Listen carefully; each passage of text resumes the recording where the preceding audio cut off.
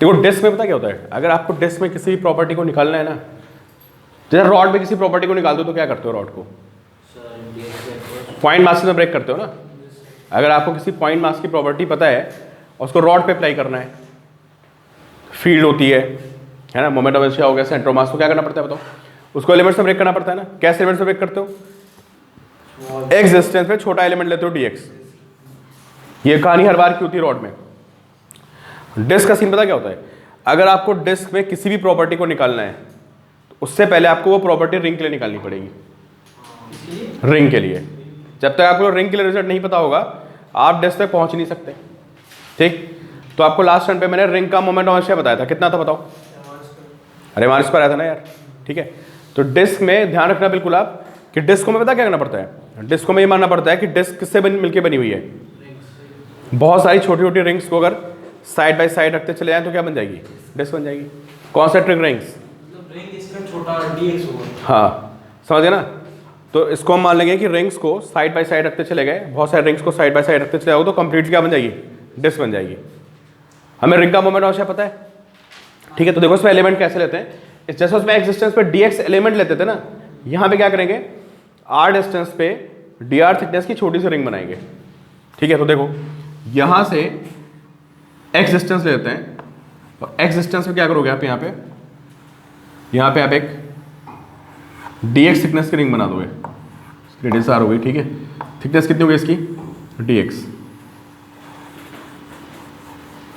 Draw करते रहिए आप साथ में। अच्छा एक बार कहानी सुन लो पहले, आप बाद में नोट करना। ये बना दी डिस्क, अब क्या करना पड़ेगा इसका बताओ, क्यों, अरे इसका मास निकालना पड़ेगा ना भाई, मोमेंट। अब करना क्या, सुनो पहले, सुनो आप सारी कहानी सुनो। मैंने यहाँ पे एक्स डिस्टेंस पे, ठीक है, dx थिकनेस की बना दी रिंग। अब मैं क्या करूँगा बताओ, अब पहले मैं इस रिंग का क्या निकालूंगा, मोमेंट ऑफ इनर्शिया। फिर ऐसी बहुत सारी रिंग्स होंगी, कहाँ से, अरे यहाँ से लेके यहाँ तक के, उनको मैं क्या करूँगा, इंटीग्रेट मार दूंगा, समझे। तो सबसे पहला काम क्या है, इस रिंग का क्या निकालना है, क्या चाहिए मोमेंट ऑफ इनर्शिया निकालने के लिए, dx। अरे मास चाहिए ना यार, तो इसका मास कैसे निकालेंगे बताओ। इसमें मास का डिस्ट्रीब्यूशन किसमें है, एरिया में डिस्ट्रीब्यूशन, मास किसमें डिस्ट्रीब्यूटेड, एरिया में ना। तो रॉड में किसमें होता था, लेंथ में होता था, यहाँ किसमें, एरिया में। तो हमें क्या करना पड़ेगा, पहले निकालना पड़ेगा मास पर यूनिट एरिया, फिर उसको हम क्या करेंगे, रिंग के एरिया से मल्टीप्लाई करेंगे। ठीक है, अब ये कहानी बार बार होगी इसलिए मैं आपको डेरिवेशन करा रहा हूँ, रिजल्ट आपको मैं डायरेक्टली बता देता, क्योंकि आगे भी फिजिक्स में कई आपको जरूरत पड़ेगी। ठीक है, तो सबसे पहले रिंग का एरिया देखते हैं। देखो ये कितनी बताओ, ये वैल्यू, ये x है और ये बाहर कितनी dx। तो देखो पहले सुनो, पहले इस पूरी रिंग का एरिया निकालेंगे, कहाँ से कहाँ तक, अरे x प्लस dx पूरी रिंग का एरिया निकालेंगे। उसके अंदर से क्या करेंगे, जो ये वाली रिंग है उसको माइनस कर देंगे, समझे आप। तो देखो इस एरिया को dA लिखेंगे, this is area of the ring, और क्या हो जाएगा ये पाई x प्लस dx का होल स्क्वायर और माइनस क्या, माइनस x। बात समझ आ रही है आपको,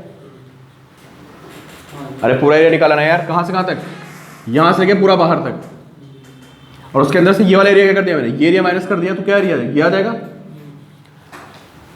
इसको सॉल्व करेंगे, पाई कॉमन आ जाएगा, कितना आएगा इसका स्क्वायर बोलो, x square plus D x square, ये डी एक्स पूरी क्वांटिटी है समझे, प्लस कितना आएगा 2x इंटू डी एक्स, और माइनस क्या एक्स स्क्वायर।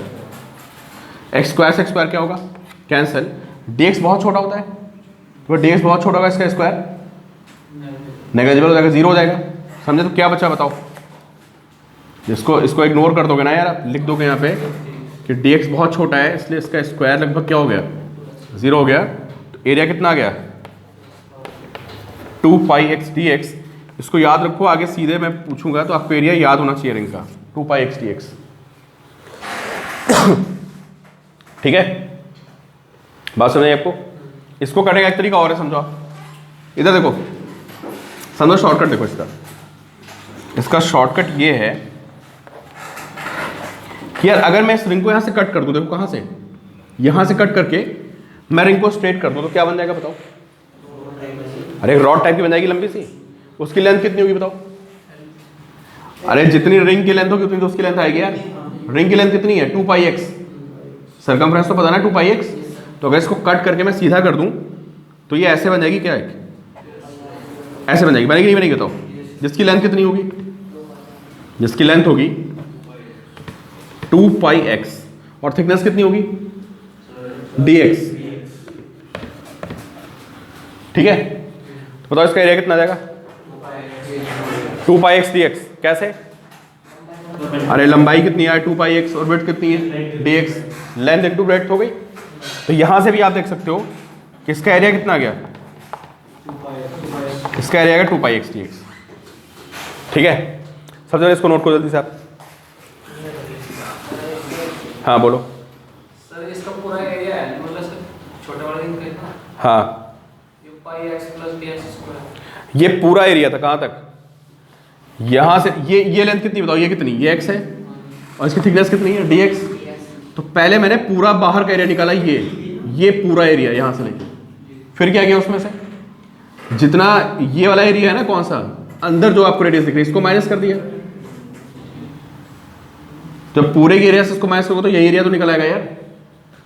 तो ये एरिया पाई एक्स स्क्वायर होगा, पाई dx, हाँ जो माइनस करेंगे मतलब ये पाई एक्स स्क्वायर होगा। अरे एक बात तो यार तुम, ये डिस्क है समझे, ये रेडियस r1 है अंदर, ये कितनी है, ये समझो ये खेत है, कोई सर्कुलर फील्ड है, समझे। अब मैं तुमसे इतना एरिया पूछूं तो कैसे निकालोगे, ये इतना एरिया निकालना है मुझे, ये एरिया कैसे निकालोगे बताओ। बड़े सर्कल के एरिया छोटे वाले को माइनस कर दोगे ना, तो वही तो किया यार। तो बड़े सर्कल का एरिया कितना होगा बताओ, पाई r नहीं r2 स्क्वायर बोलो, r2 स्क्वायर। अंदर वाले का कितना होगा पाई r1, उसको माइनस कर दो तभी तो आपको एरिया मिल जाएगा ना, वही तो किया मैंने। बाहर वाली की रेडियस कितनी है x प्लस dx और अंदर वाली रेडियस कितनी है x, तो उससे उसको माइनस कर दिया। तो dA की वैल्यू कितनी आ गई 2πx dx। नोट कर लो इसको जल्दी से, 2πx dx नोट कर लिया। तो जाओ यार फिर रिकॉर्डिंग कर रहा हूँ, ठीक है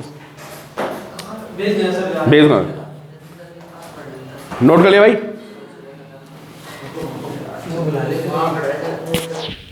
नोट कर लिया 2πx dx एरिया नोट हो गया। अब देखो क्या करेंगे बताओ।